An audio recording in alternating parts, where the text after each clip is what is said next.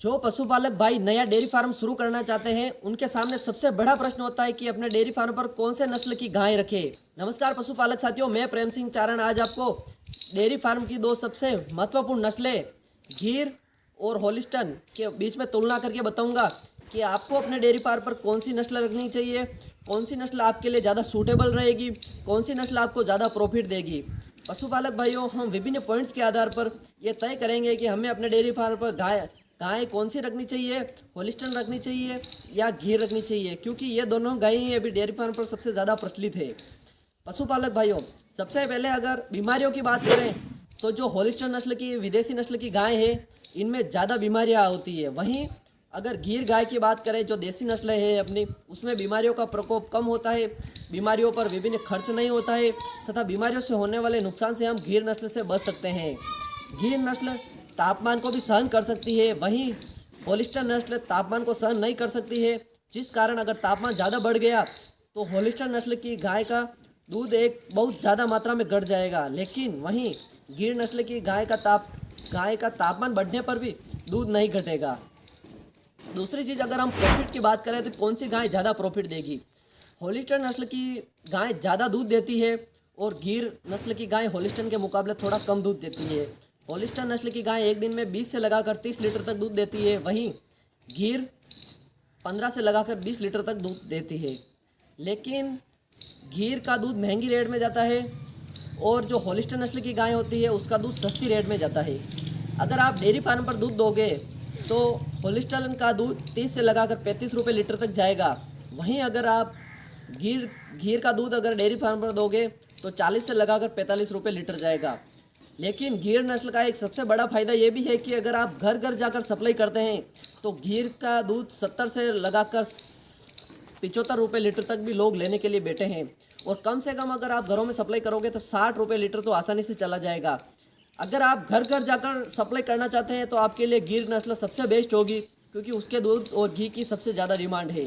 और होलिस्टन नस्ल का दूध लोग अभी इतना पसंद नहीं करते हैं, क्योंकि वो दूध पतला होता है, उसकी फैट भी कम होती है और स्वाद भी इतना अच्छा नहीं होता है। पशुपालक भाइयों, अगर हम रेट के हिसाब से देखें, अगर कोई होलिस्टन नस्ल की गाय 30 लीटर भी दूध दे रही है और 1 लीटर की कीमत 30 रुपये है तो 900 रुपये का दूध एक दिन का होता है। लेकिन वहीं हम गीर नस्ल की बात करें, अगर आप घर घर जाकर सप्लाई कर रहे हैं और 60 रुपये लीटर भी दूध जा रहा है आपका और 20 लीटर एक दिन का एक गाय गीर दूध दे रही है, 1200 रुपये का दूध एक दिन का होता है। वहीं होलिस्टन का दूध मात्र 900 रुपये का हुआ था। तो आप अनुमान लगा सकते हैं कि अगर आप घर घर सप्लाई करोगे तो गीर ज़्यादा प्रॉफिटेबल है। लेकिन घर घर सप्लाई करने में आपको थोड़ा खर्चा ज़्यादा हो जाएगा, लेकिन ज़्यादा फर्क नहीं पड़ेगा। अगर खर्च की बात करें तो दोनों गायों में लगभग खर्च सेम ही आएगा। लेकिन अगर आप गीर गाय का दूध घर घर जाकर सप्लाई करोगे तो उसमें आपका पेट्रोल के और लेबर का खर्च थोड़ा बढ़ जाएगा, क्योंकि आप घर घर जाकर सप्लाई कर रहे हैं।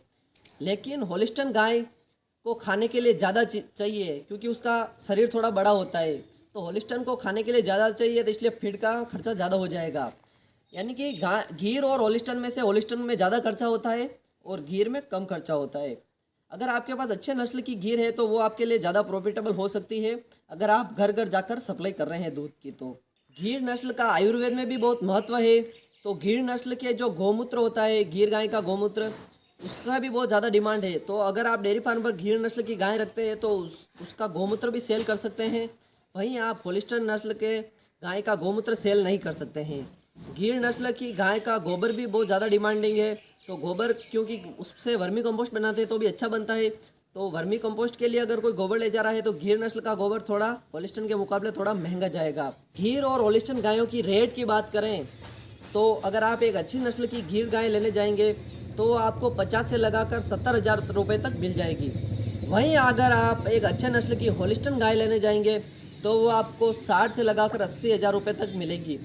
रेट में ज़्यादा दोनों में डिफरेंस नहीं है, लेकिन आपका पर्पस क्या है, उद्देश्य क्या है, आप दूध को कहाँ सेलिंग करते हैं, वो डिपेंड करता है कि आपको कौन से नस्ल की गाय लाना चाहिए। क्योंकि आप देसी गाय का गौमूत्र तथा गोबर का भी प्रयोग कर सकते हैं, लेकिन विदेशी नस्ल के गाय का गोबर का तथा गौमूत्र का प्रयोग नहीं कर सकते हैं, उसको बेच नहीं सकते हैं। इस हिसाब से पशुपालक भाइयों आप अंदाज़ा लगा सकते हैं कि आपको अपने डेयरी फार्म पर गीर रखनी चाहिए या होलिस्टन रखनी चाहिए।